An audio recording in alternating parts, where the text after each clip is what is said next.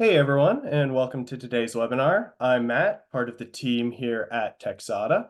I just wanted to let you know that while the chat feature is disabled for this webinar, you can submit any questions you have throughout the session in the Q&A box, which is in the bottom of your Zoom toolbar.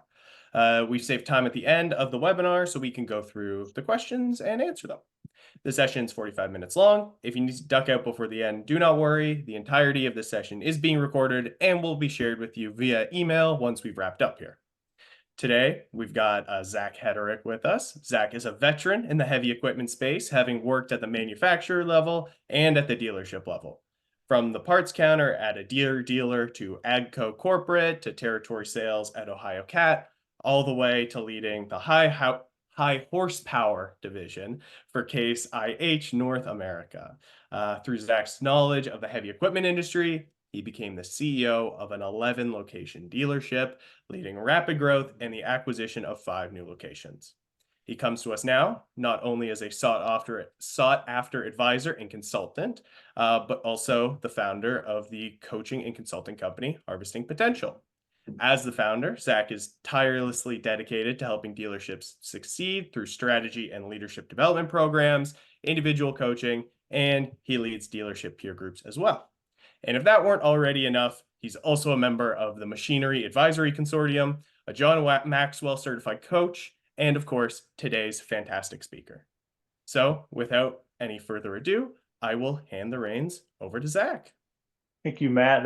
You said a lot of words there all at once, but no, I'll say this, I'll open with this. My education really started when I got to the dealership. I spent a lot of my career, I started in a dealership as part of a program and had a storied career with a major manufacturer, and then became a dealer after I kind of did all the things and took it through a growth period. And so kind of my segment or where I fit, I'm one of the younger people in the space, but I work with dealers that are growing, whether that's growing outward, meaning expanding in other locations or new segments or with new manufacturers, or they're trying to organically grow inside by growing their account they represent, growing their market share, growing their penetration into their accounts. And so, what I share today just comes from being in and out probably 400 to 500 dealerships over the last 20 plus years, riding in the passenger seat of pickup trucks with people that are masters and working with dealerships, on a daily basis every day. So a lot of data points really come from the road, not from theory. But we'll get started here. I'm glad everybody could join us, and I'll open with this a little bit. As I work with dealers, kind of on a continual basis, when they're starting to want to grow, we can't overlook the conversation of a CRM. It becomes kind of top of mind, and it comes up a lot. And we'll talk about the tool it is and how it kind of becomes, part of your organic DNA. And so we're not going to get into today as much about the software as we are the people's, kind of some of the traps you start to see happen, and maybe where the return lies, later on in the discussion. So with that, we'll kind of get going. But it's not uncommon for me to talk with a client that has been maybe on their second or third CRM, and traditionally we talk less about the software and more about the challenges. And so as we kind of start this discussion, I kind of have one common theme that I've seen as dealerships and organizations roll out CRMs, is that we have to embrace it. It's a tool to manage our customers and our accounts, and not necessarily our sales force. And I'll talk a little bit more about, how we do that. And so no matter when we kind of talk to a client about a CRM, traditionally what I ask the client is what they want to get from the tool. And normally they start out with, well, I want to know what my salespeople are doing. I want to know how many calls they're making, how many accounts they're seeing, and all those are formidable things. But traditionally they're very sales focused, and the CRM is not just for the salespeople. However, many times that's where we start. It's not just a call logging tool, and we all know the adage of, well, they just onboarded a new ankle bracelet for the team. It is a call logging tool, but that's not necessarily the power and how you get the return from the tool. It's also not a passive tool, meaning there's not a destination to it. It continually evolves and will continually need to be updated And that becomes part of the DNA of how the CRM wraps around your customer base. And lastly, it's not only for data management. The marketing team tend to love the data management of a CRM, but it's not just for that either. And so typically when I talk to a client, these are some of the first four things that they bring up. Well, once I get a CRM going, that's a destination, but it's not. It's going to continually be a journey, and that becomes the DNA of the immersion. So, but what it is traditionally a tool we use for sales management, and we'll talk about that later of how we prioritize our accounts and how we influence the accounts that actually make an impact in our business, and how we use it to hunt for accounts versus hoping to gather accounts. And then the next phase usually goes one way or the other when you're in the immersion process. If you have one today, maybe you've been down this journey, but then we try to bring in the aspects of product support. We try to take that enterprise selling model where, each department kind of has an influence in the CRM and how we market to and through the CRM to the customers. And so product support and marketing kind of go back and forth. And then in somewhat of a future state, we start to see it as a customer account management tool, and we start to use it as a full-blown integration piece that we market. We almost move to what we call account marketing, where we market to those accounts and we wrap ourselves around those accounts. And last but not least, it becomes, and I think people today in this current environment where we're starting to see inventory build in some spaces and dealers are starting to say, where do we go with this inventory? The forecasting and the pipeline portion of CRMs is actually very impactful too, and it becomes part of the tool and part of the management structure and how we move forward, and we forecast both inventory and parts and service, and we can start to trend those accounts in a more active way than just an Excel spreadsheet. So what it is and what it isn't. Now, for those that do not have a tool, or if you do have a tool, it usually always starts as a sales tool. Maybe 1 out of 10 times will a client say, or a current or future client says it's not a sales tool, because that's where it always starts. We always have this vision of logging calls and tracking calls and assigning accounts and building territories, and so that's absolutely how it always starts. If we get past that phase and successfully reach the second one, then the marketing team kind of comes in behind it and starts to build campaigns and starts to segment customers and starts to figure out how to grow our marketing influence and to do the whole marketing thing using the data that's usually fed by the sales team. Then the next part is that we talked about, do we start to use it to sell our product support, layering the PSSRs, layering in the rental reps, whatever that business might look like to you. But we start to try to, as I call, wrap the business around the client. And the CRM is absolutely crucial to that. Otherwise, we start to take a siloed approach and we start to look at them whole independently and versus maybe that holistic customer management tool that it truly is. And so we always start typically with sales. And one of the things we'll talk about is sort of how we try to boil the ocean. So this will be one of the pieces that there's a few things that usually define success and failure, and they're not that far apart when you look at CRMs. And sitting side by side with people that have very active CRMs, you see some things that stick out at you, but many of you will be in the journey of maybe you're in the sales piece, maybe you're looking at CRMs, maybe you're looking at the software solution. So we kind of see it 4 different ways. The first thing I typically see is we just failure to launch.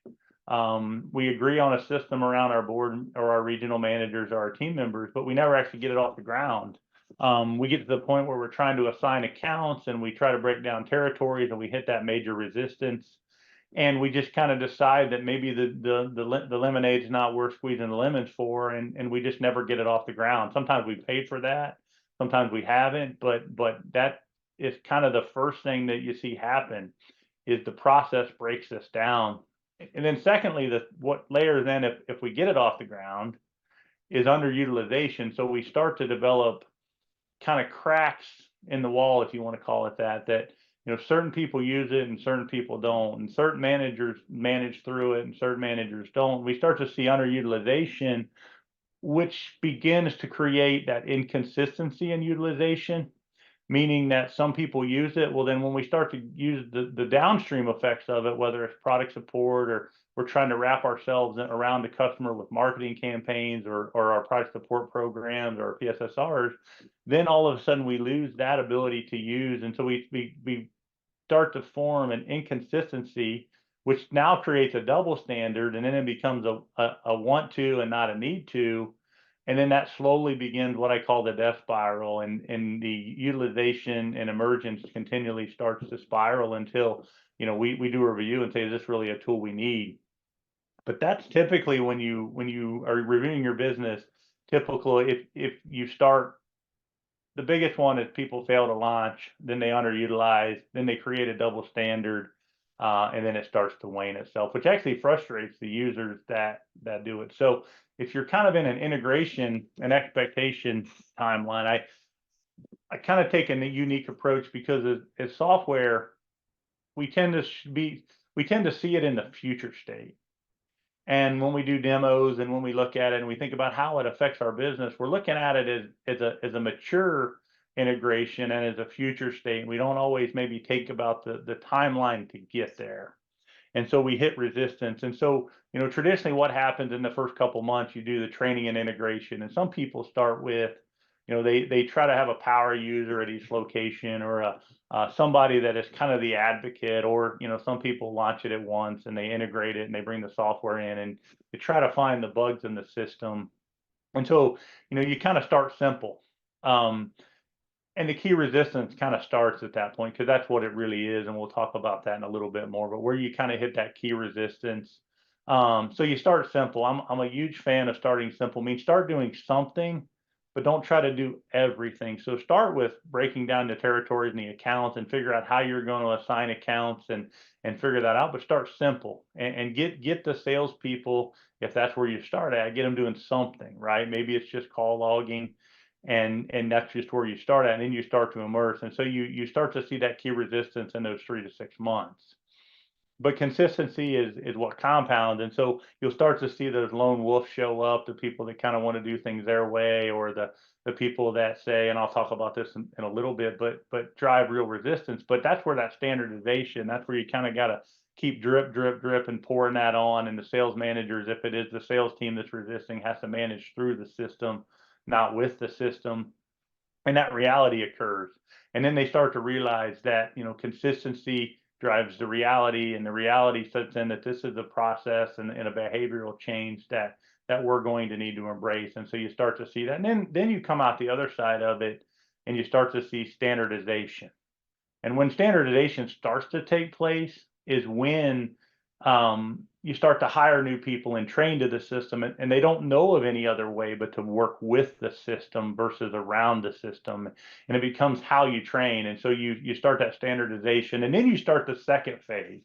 And that's, whether that's, bringing product support in, maybe that's, pushing marketing, maybe that's another sales process, bring in a quoting tool or some other aspect. But you start simple, because then you start the process of change, and take 12 to 18 months to try to evolve, versus trying to kind of boil the ocean the first time, or start um, very aggressively. But you'll see that key resistance usually in about that 3 to 6 months, because at first, the resistors will try to kind of push it away. And so let's talk about where we get stuck.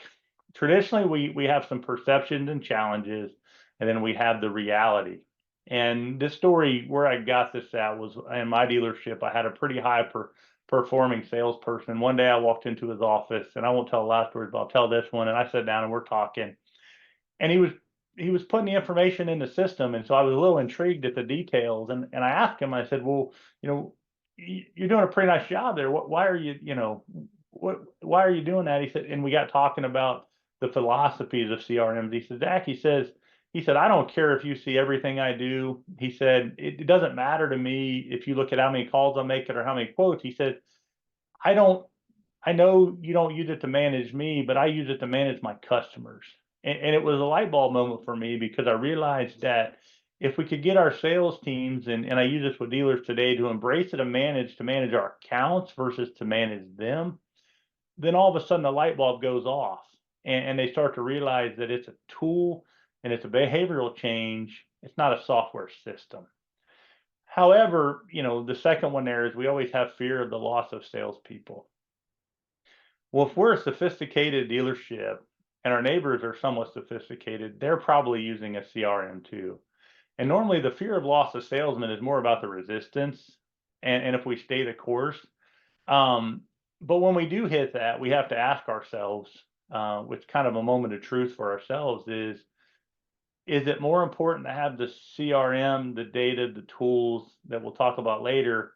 Is one thing more important than the other? And we find ourselves in that inflection point, what I call the significance gap, where we have to make a decision as a team that we can't manage around the people and we can't manage around the system. And so we have to define the significance. Um, Most view it as an equipment sales tool, not as a customer management. And then layering in the enterprise sales model or a holistic account, to meaning that the dealership said that's just for the salespeople versus that's for the dealership and that's for the rental organization.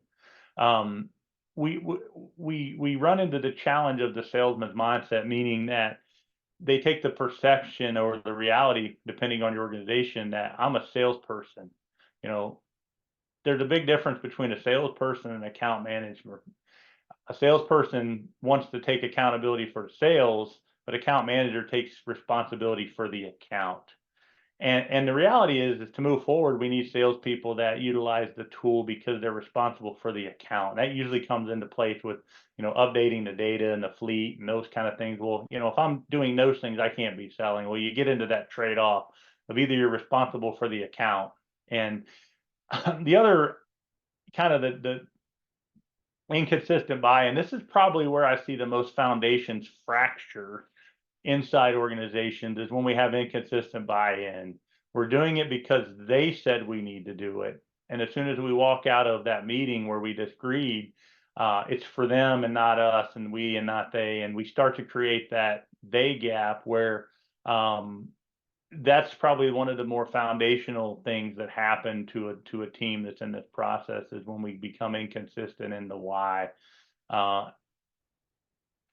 the perception is, when it's a tool that we need to onboard salesmen, absolutely. And I think as we think about employee retention and long-term growth and the value of a salesperson ramping up, which I'll talk about in a few minutes, we have to expect that as people come into our systems, that they're going to expect a plan, and CRM is part of that plan. Customer management is part of that plan.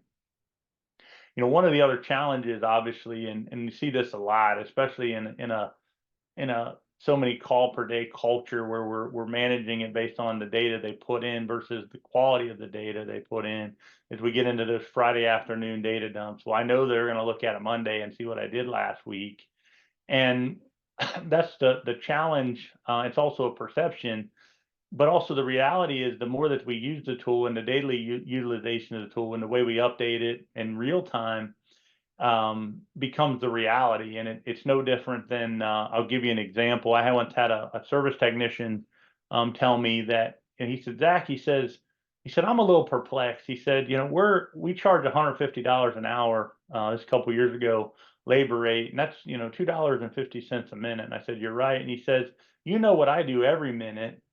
However, at the sales level, we don't know what they do. And this has been several years ago, but the point was that he was exactly right. In some organizations, there's a double standard. We're managing service technician and productivity and recovery to the minute, but we don't necessarily know where our salespeople are. And so consistent daily utilization of the tool, not for an ankle bracelet, more of for a process to move people forward. And so as you think about where you are, when you think about integration, the thing that always stuck out at me was, you must understand that you're not asking your team to use software or follow a process. Ultimately, you're asking them to change behavior. And until you kind of get over the behavior change is where the success happens. And that's where a sales manager leads through the system, and you use the system to wrap around your accounts, especially those accounts we'll talk about in a minute. But I think that as you think about it, don't think about software and processes, think about behavior.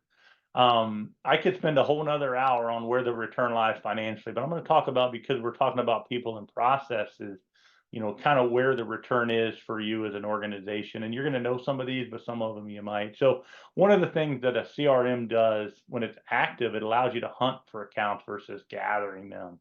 And as we're coming into certain environments where we have to go out and find business, we're not going to be able to market our way out of it, but we have to be able to sell our way out of inventory. our ability to hunt versus gather is unique, especially when we prioritize accounts and we get into that middle 30, that when we're sitting with our salesperson, we say, well, who have we seen? They always rattle off their top customers. The middle 30 is probably where the business is going to need to be had, especially in growth. Um, the return also allows when a sales manager leads their team with the system and when they work through the system versus working around the system, and allows them to lead their team.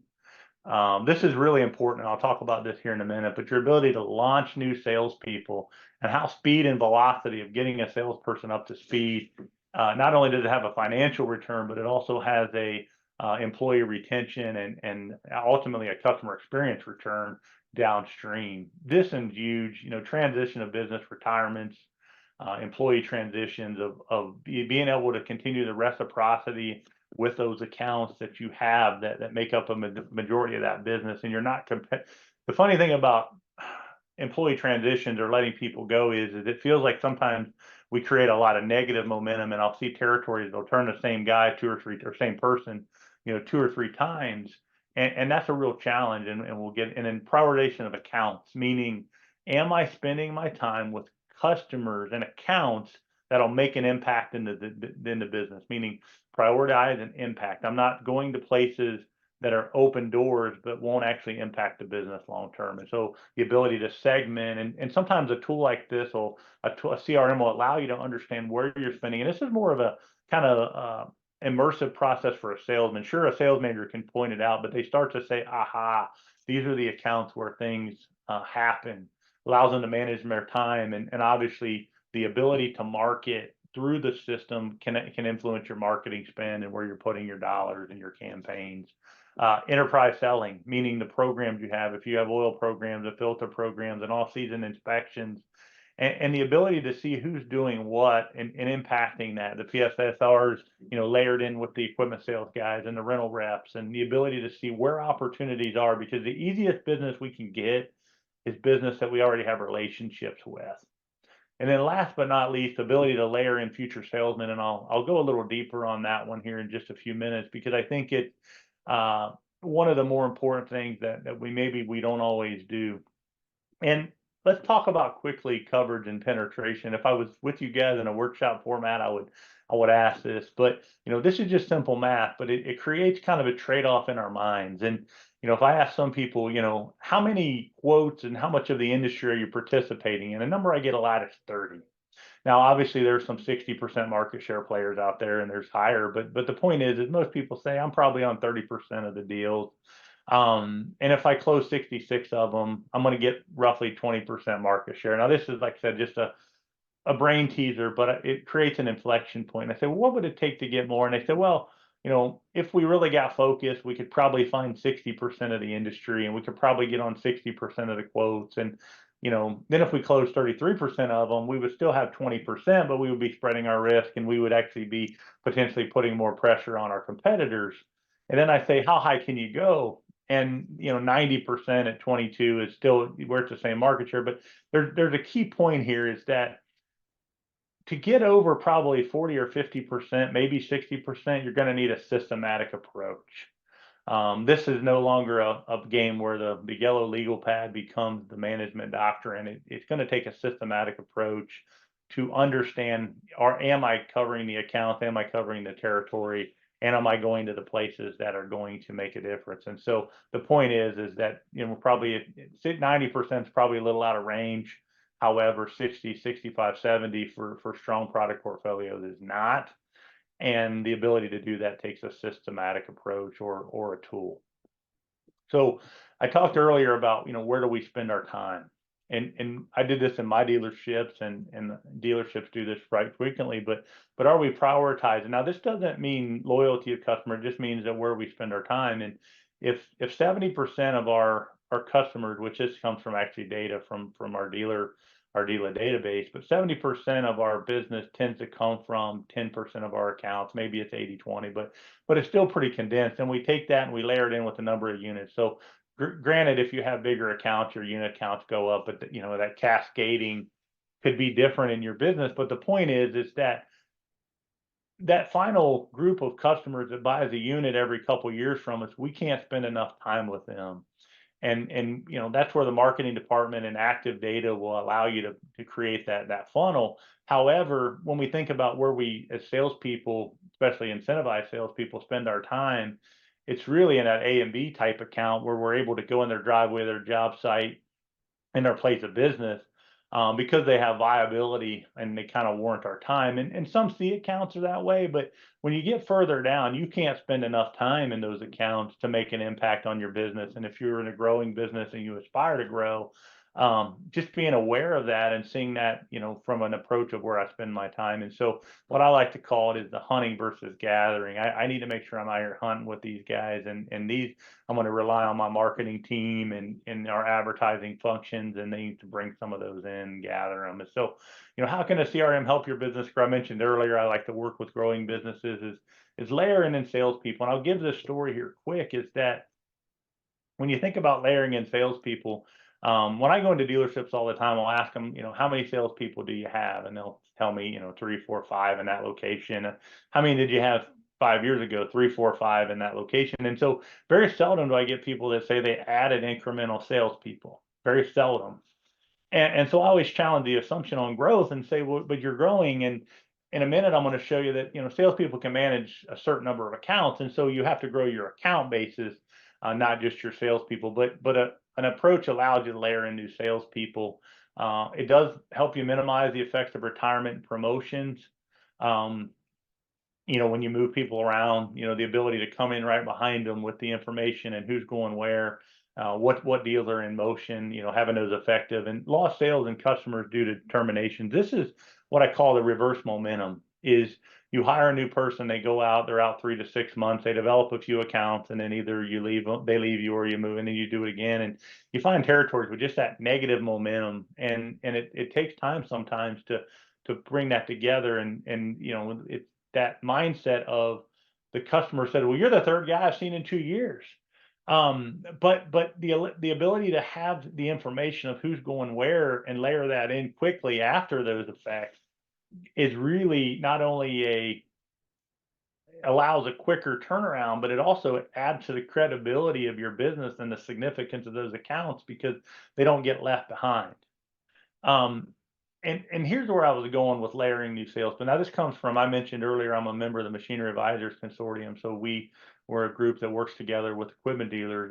And we did a survey back in 2020 when we were stuck at home. One of my partners did. And what he found is he looked into the years of experience. And I want to key in on one thing. I won't go really, really deep here, but is that what happens over time is salespeople, account managers do less business or do more business with less customers as they go through the journey. And so what we find is that really strong salespeople manage between 70 and 130 accounts, and they reach kind of a maturity, and they continue to grow. Now, this doesn't tie to sales volume. This is more based on prioritization of time and impact. But we find that between 70 and 130 is kind of that key. And then they have some C and D accounts in there as well. And so these are kind of the accounts that are sold. But what we don't do is traditionally is come in and layer people behind them to either pick up the accounts which they're not servicing, or create new territories. And when we challenge ourselves as dealers, we say, well, how do we do it? Traditionally, that's an arduous process because we don't have those accounts in the system, or maybe we don't have access to where they are. But this is truly when we get into the mind shift of, do we deal with customers? Do we deal with accounts? And are there a captive number of them? How many accounts is my dealership servicing, and using that data? And so I use this as kind of a placeholder. The numbers, aren't maybe relative to every industry, but they're just more of to drive it. And so, if the normal progression to get a salesperson from a fresh territory to a mature territory and an experienced sales rep, let's just say it's 3 to 5 years, that's a really common. They start to mature at 3, but at 5, they hit their stride. And the quicker we can shorten that, especially with areas where they have a lot of turnover, we can move them up into that mature base quicker. Is a tangible return, because it's not one of those scenarios where we say, well, you've kind of got this area. Here's an Excel spreadsheet of the people we've sold to. Good luck. It's more of how do we move them to fresh, average, mature experience quicker. and grab that margin pool quicker and move them through the system. And so that's kind of the development curve, but a good active sales management, a good active CRM account management tool can help you grow that and move them around. One of the other ones that's really important and is the sales immersion process. And it's interesting if you study a lot of times, if you study your salesman turnover early in their career, you'll find it somewhat early in their journey. Let's just say in 6 months to a year, maybe less than 18 months. And if you pull that back, a lot of times it's because we're using a traditional approach. And the traditional approach is this, is that we we hire them and we give them a cell phone. We give them a laptop and the logins they need into our business system or our CRM, our manufacturer portals, and we get them going and we give them a vehicle.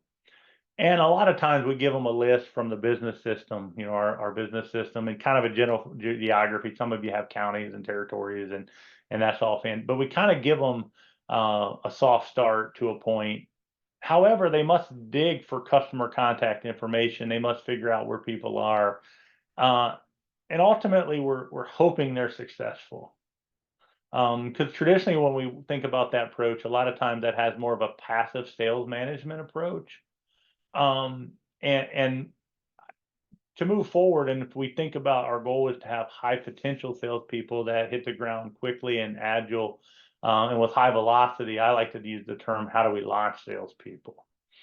And having an active customer management process and tool allows you to have a customer list with not only what they're doing business with, but also their priorities of this is a key customer. We're embedding you with the keys to a customer that drives a lot of business. And there's more to this. I mean, you don't just send them out. You have four-legged sales calls, and your salespeople or your sales management's working with them, and but also the history of the customer. Where are the bodies buried with this customer? What do I need to know?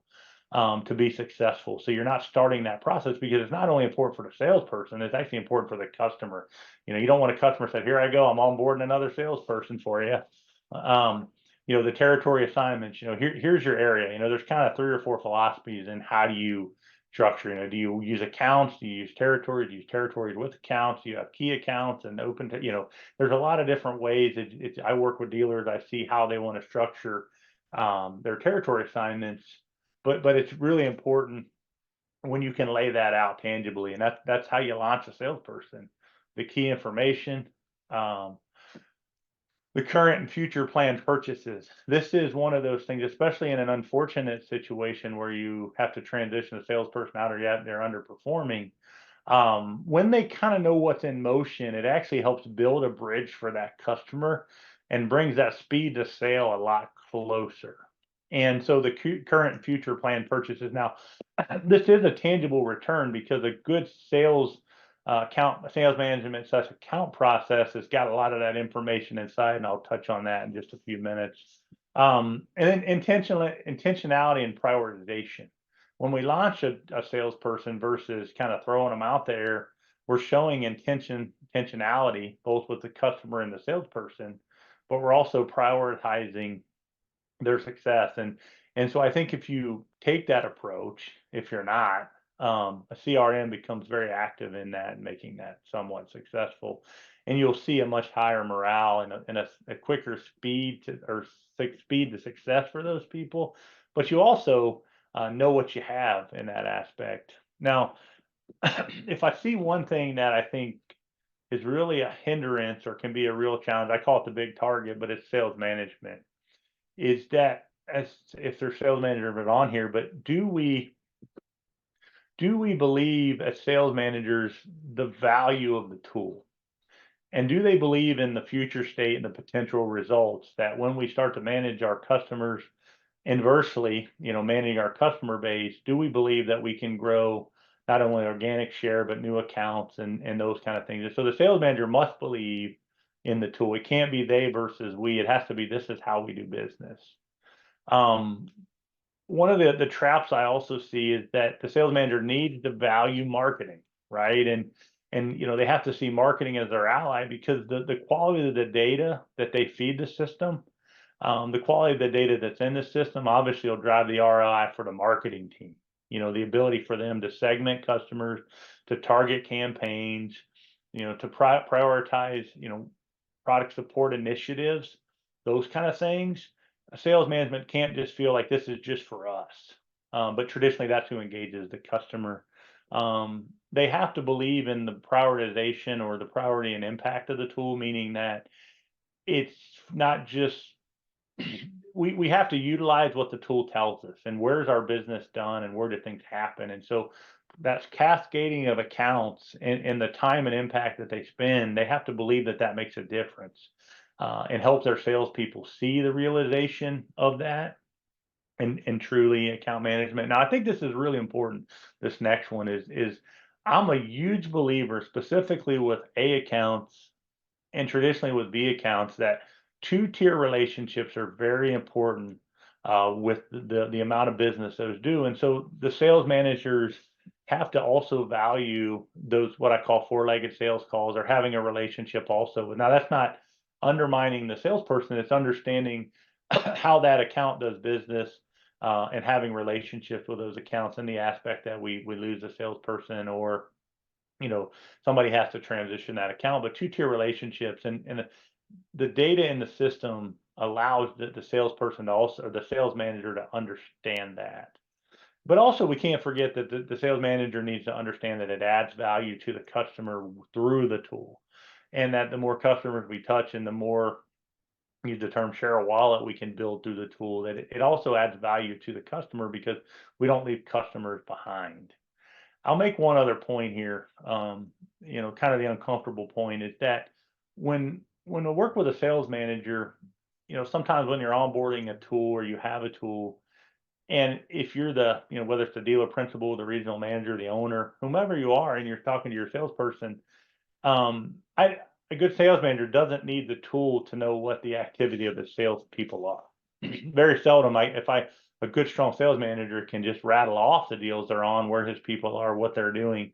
The tool actually is for the salesperson to manage the customer, not for the sales manager to manage the salesperson. Now it does work in the aspect of where are they spending their time, are they making an impact? Can I help them? What deals do you have in the system? Those kind of things. But really, a good sales manager doesn't need the data to know the success of its salespeople. That's the leadership piece of it. And so I always like it. Is a sales manager equipped to lead a team using a CRM? The tools and skills can be a little bit different because you want to work through the system, not around the system. And the more that becomes visible, the more that it becomes a part. I'll make one little caveat here. In another business I own, once I was in the process of working with one of my vendors, and they had a very active CRM. And as he was onboarding me as an account, he was working through the system. Who's in, you know, who's your accounting person, who's your IT person. He was really diving deep into our account. And when we got done, he asked me all the questions. When do you want to replace these? How long do you want to keep them? Who do we, he really had a real process. And so we got done and when we wrapped up our call and, he was packing up and I said, you were putting that in a CRM, weren't you? And he said, absolutely, I was. And I said, where did you learn to do that at? And he said, well, the first week on the job, my manager spent the whole week with me, going out, calling on customers, working side by side with me, putting the feedback in the system. And he said, I don't know it any other way. He said, that's how I was trained to do it. And he was perpetually using the system to sell capital goods. And so I think that's one of the more important things to think about is that, how we show up and how we use it as sales managers is really important. All right.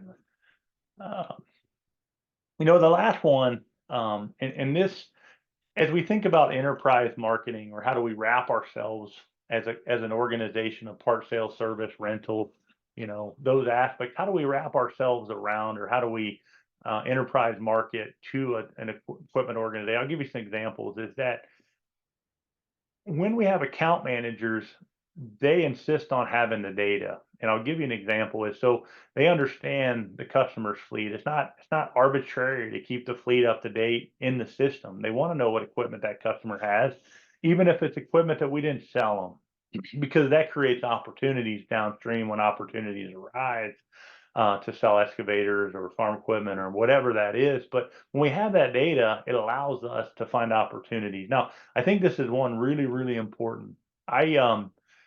When I was meeting with that salesperson in that office that changed my perspective of a sales management tool versus an account management tool, he was actually putting customer lifecycle data into the system.